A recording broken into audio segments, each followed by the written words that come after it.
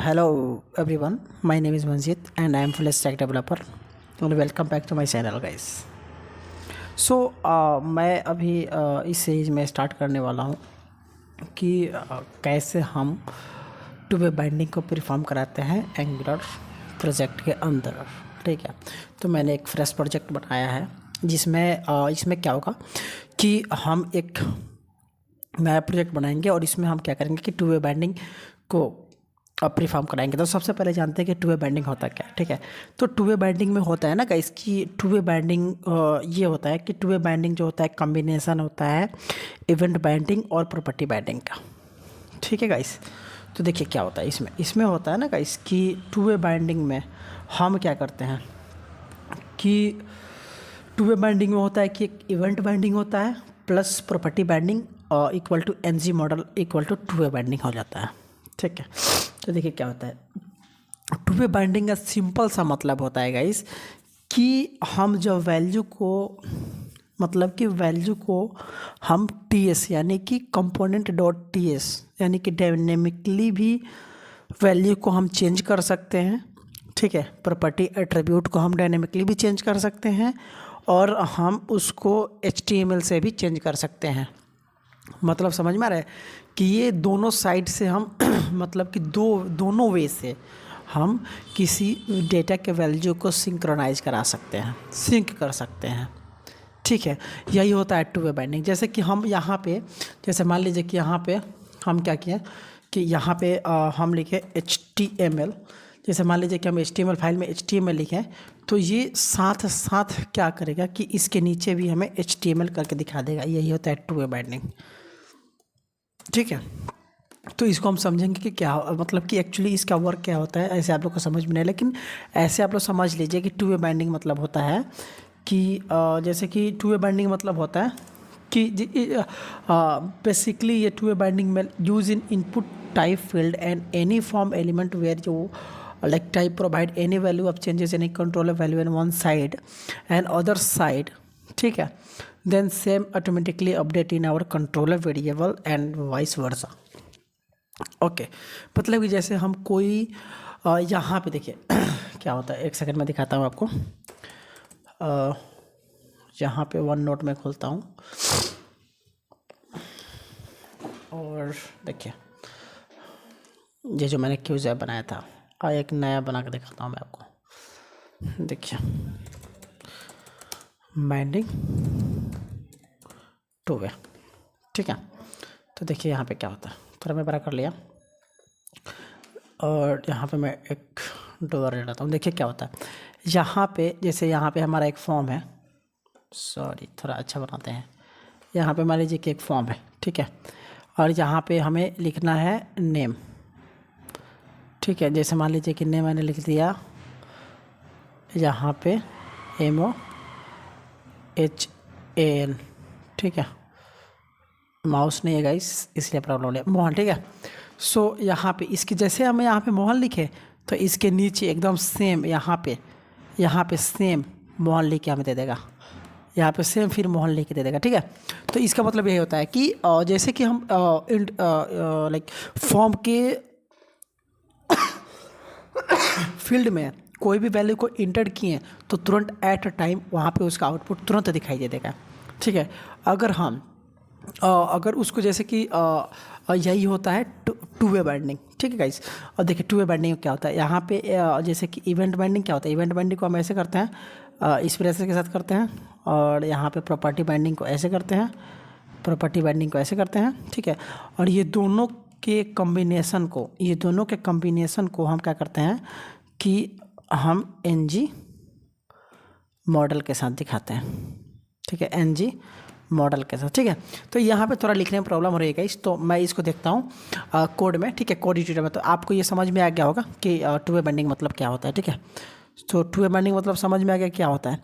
तो इसको देखते हैं अपने कोड एडिटर में। ठीक है, तो पहले इसको हटाते हैं और चलते हैं अपने कोड एडिटर में। और यहाँ पे सबसे पहले क्या करेंगे हम कि एक नया हम प्रोजेक्ट बनाएंगे। ठीक है, फ्रेश प्रोजेक्ट बनाएंगे टू वे बाइंडिंग के लिए। तो हम नया कमांड डालते हैं जिस कमांड में एवरीथिंग रहेगा। ठीक है, सब चीज़ रहेगा। तो यहाँ पे पहले हम क्लियर करते हैं इसको। क्लियर कर लिए। अब देखिए यहाँ पे हम क्या करेंगे, सबसे पहले हम यहाँ क्या करेंगे कि करेंगे ng new and two way BINDING binding, to way binding और डबल स्लैश नो स्टैंडअलोन, ठीक है, STANDALON, आप लोग स्पेलिंग सही कीजिएगा, इक्वल टू RU राउटिंग के साथ हम करेंगे जिसमें कोई फाइल मिसिंग नहीं हो, स्टाइल इक्वल टू SCSS, ठीक है जी। इसको हम इंटर करेंगे। अब देखिए यहाँ पे जैसे कि हम लोग कोई प्रोजेक्ट बनाते हैं तो उसमें क्या होता है कि जैसे कि एसेट्स फाइल, जैसे हमारे पिछले वीडियो में तो मैंने प्रोजेक्ट बनाया था जिसमें हम लोग प्रॉपर्टी बाइंडिंग और एट्रीब्यूट बाइंडिंग को दिखाया था और इंटरपोलेशन में, तो उसमें क्या होता था कि उसमें हम लोगों को एसेट्स फाइल प्रोवाइड नहीं कराई गई थी, ठीक है। तो उसके लिए हम यहाँ पे क्या कर रहे हैं कि उसके लिए हम यहाँ पे उसी चीज़ों को करने के लिए कि हमें कुछ का परमिशन नहीं देना पड़े या फिर कोई चीज़ फाइल मिसिंग नहीं हो, तो उसके लिए हमें ये पूरा कमांड डालना होगा, ठीक है गाइस। तो इसके साथ साथ क्या होगा कि यहाँ पे हर एक फाइल हमें प्रॉपर वे में प्रोवाइड कराई दी जाएगी with the help of command line prompt, मतलब कि CLI कमांड लाइन इंटरफेस के द्वारा, ठीक है गाइस।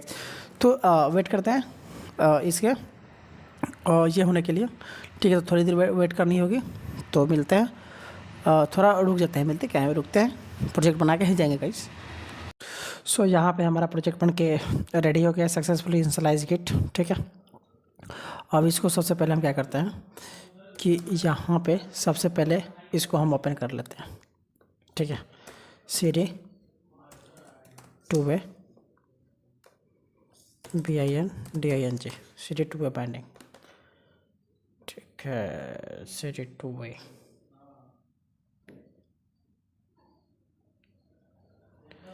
ठीक है। NG सर्व करेंगे इसको, ओके।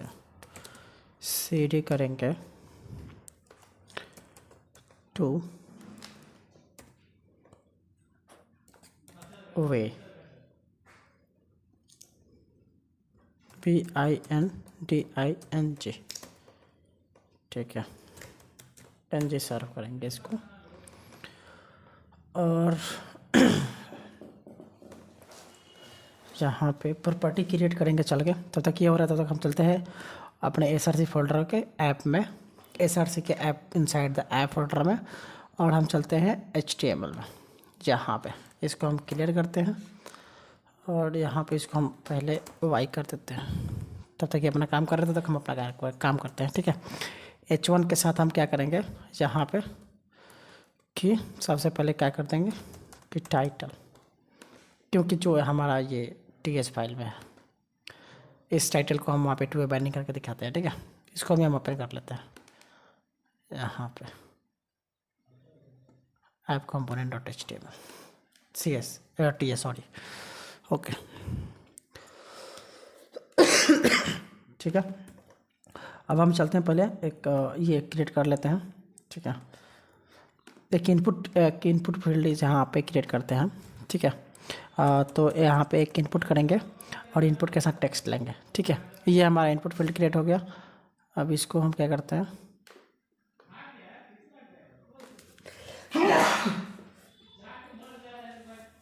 सॉरी, तो यहाँ पे एक इनपुट फील्ड ले लिए जो हमारे आउटपुट में दिखाएगा, और यहाँ पे आउटपुट में अपना ओपन कर रहा हूँ। सो इनपुट फील्ड यहाँ पे ले लिया। अब हम क्या करते हैं कि यहाँ पे हम दिखा देते हैं, ठीक है।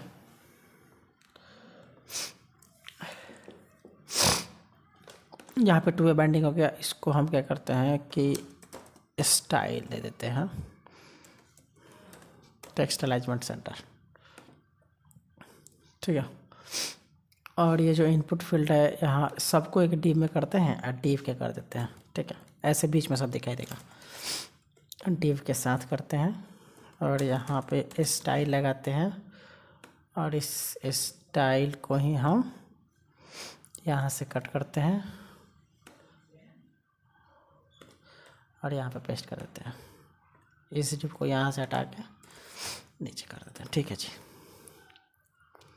यहाँ पे ये हो गया, ठीक है। यहाँ पे ये मेरा इनपुट फील्ड आ गया, आप लोग इसको देखिएगा, ठीक है। अब देखिए क्या करते हैं, हम चलते हैं टीएस फाइल में, ऐप कंपोनेंट और टीएस फाइल में। यहाँ पे एक नेम लेंगे, ठीक है, यहाँ पे हम एक नेम लेंगे, ठीक है, और नेम को हम कर देंगे एनी टाइप के डेटा के साथ इंटरपोलेशन, ठीक है, जहाँ पे ओके। और यहाँ पे देखिए, यहाँ पे फॉर्म टाइप को अप्लाई नहीं कर रहा हूँ, ठीक है, क्योंकि इसको बाद में देखेंगे। यहाँ पे एनी टाइप के साथ हम करते हैं फॉर्म टाइप को अप्लाई, ठीक है। इसमें एनी टाइप से करने का कोई प्रॉब्लम नहीं है। अब हम इसको अप्लाई करेंगे यहाँ पे एनजी मॉडल के साथ, ठीक है। तो यहाँ पे क्या होता है कि कैसे अप्लाई होता है एनजी मॉडल, ठीक है। तो यहाँ पे हम कर देंगे एनजी मॉडल, ठीक है। तो सबसे पहले इसको हम क्या करेंगे, पहले इसको हम कर देंगे, सॉरी, यहाँ पे सबसे पहले हम कर देंगे इसके साथ, और यहाँ पे हम कर देंगे इसके साथ, ठीक है, बनाना इन द बॉक्स। इसको हम बोल सकते हैं, ये होता है जैसे कि यहाँ से इस टोटल को हम करेंगे बनाना इन द बॉक्स, इसको हम बोलते हैं, बहुत सारे लोग बोलता है कि बनाना इन द बॉक्स, ठीक है जी। ये हो गया हमारा NG model, okay.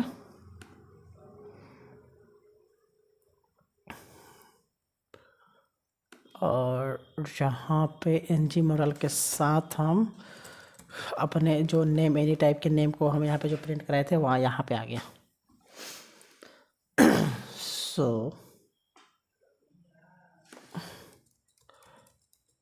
Why giving me error, जहाँ पे हम कर देंगे,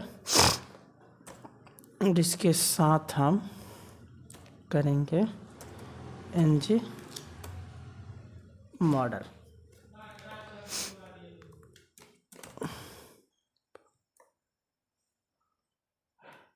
एनजी मॉडल, और एनजी मॉडल के साथ हम यहाँ पे इसको दिखाएंगे नेम, ठीक है।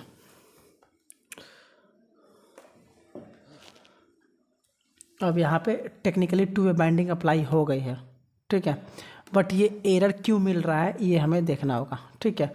तो यहाँ पे क्या बोल रहा है कि ये हमारे जो एनजी मॉडल को ये बोल रहा है कि मैं नहीं जानता हूँ कि तुम्हारा एनजी मॉडल क्या है, तुम ये एनजी मॉडल को मैं नहीं जानता, ठीक है जी।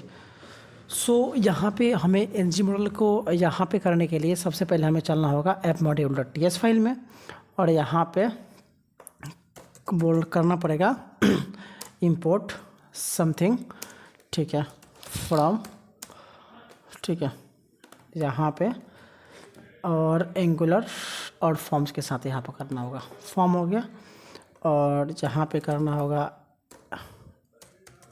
एंगुलर, ठीक है जी, @ के साथ हम एंगुलर डालेंगे, एंगुलर, ठीक है जी, और एंगुलर के साथ FRMS फॉर्म्स, ठीक है जी, एंगुलर के साथ फॉर्म में इसको मैं डाल दिया।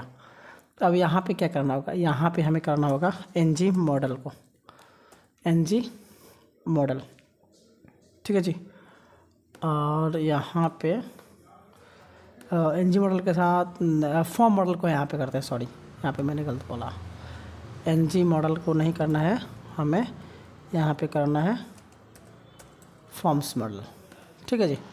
यहाँ से हम फॉर्म्स मॉडल कर लिए, एंड फॉर्म्स, सॉरी मॉड्यूल नहीं करना है, फॉर्म्स मॉड्यूल, ठीक है जी, फॉर्म्स मॉड्यूल यहाँ पे कर लिए। अब यही फॉर्म्स मॉड्यूल को हम क्या करेंगे कि कॉपी करेंगे, और यहाँ से हम इसमें इंपोर्ट कराएंगे जो हमारा एनजी मॉडल्स है ना, यहाँ पे इसमें हम इंपोर्ट में हम क्या करेंगे कि यहाँ पे इसको इंपोर्ट करा देंगे, ठीक है। अब यहाँ से हमारा जो ये एरर होगा ये हट जाएगा, ठीक है। ये बाइंडिंग हो रही है, थोड़ा वेट करेंगे हम लोग, ठीक है, और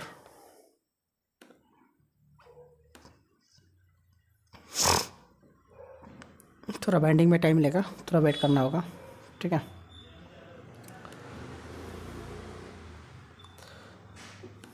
अब यहाँ पे हमें एक बार फिर से इसे चलाना होगा, ठीक है।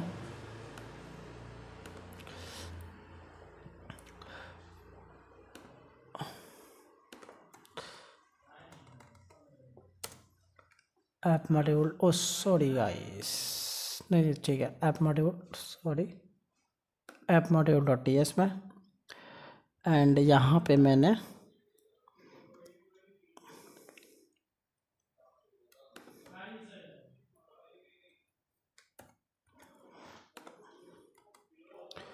ठीक है फॉर्म्स मॉड्यूल को मैंने यहाँ पे किया, और यहाँ पे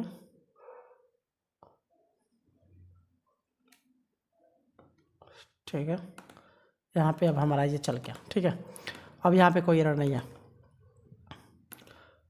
अब। ठीक है, यहाँ पे अब हमारा ये समझ गया कि एनजी मॉडल का है, कि क्योंकि मैंने यहाँ पे आके एनजी मॉडल को यहाँ पे इंपोर्ट कर दिया है। ठीक है, अब चलते हैं ठीक है, अब और यहाँ पे हमने, और यहाँ पे हम इसको क्या करेंगे, चलते हैं HTML पे। ठीक है, और इसमें हम क्या करेंगे, H3 टैग लेंगे,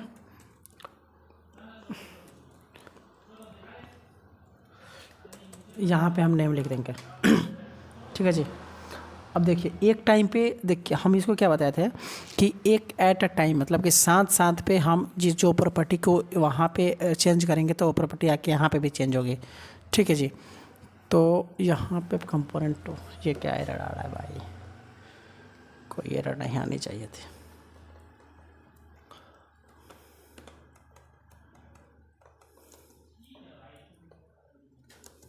ठीक है,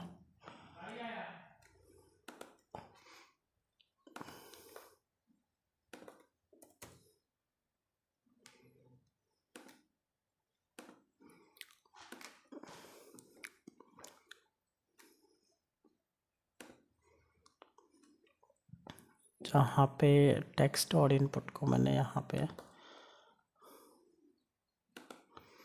by giving me a error all time, जहाँ पे मैंने इंटरपोलेशन, आपको समझ में आएगा कि इंटरपोलेशन हम लोग कैसे कराएं। ठीक है, तो जब भी यहाँ पे हम कोई भी डेटा यहाँ पे टाइप करेंगे तो देखिए इसके साथ साथ हमारा डेटा यहाँ पे भी टाइप हो रही है, देख रहे हैं नीचे। ये होता है सिंक, मतलब कि जब भी हम इनपुट में डेटा डालेंगे तो उसके साथ साथ हमें डेटा को डिस्प्ले करते ही जाएगा। ठीक है, ये होता है हमारा टू वे डेटा बाइंडिंग। ठीक है, यानी कि सेम टाइम पे प्रॉपर्टी को अपडेट और डिस्प्ले करा सकते हैं टू वे बाइंडिंग के साथ। ठीक है जी, सो अब ये होता है हमारा बाइंडिंग। ठीक है,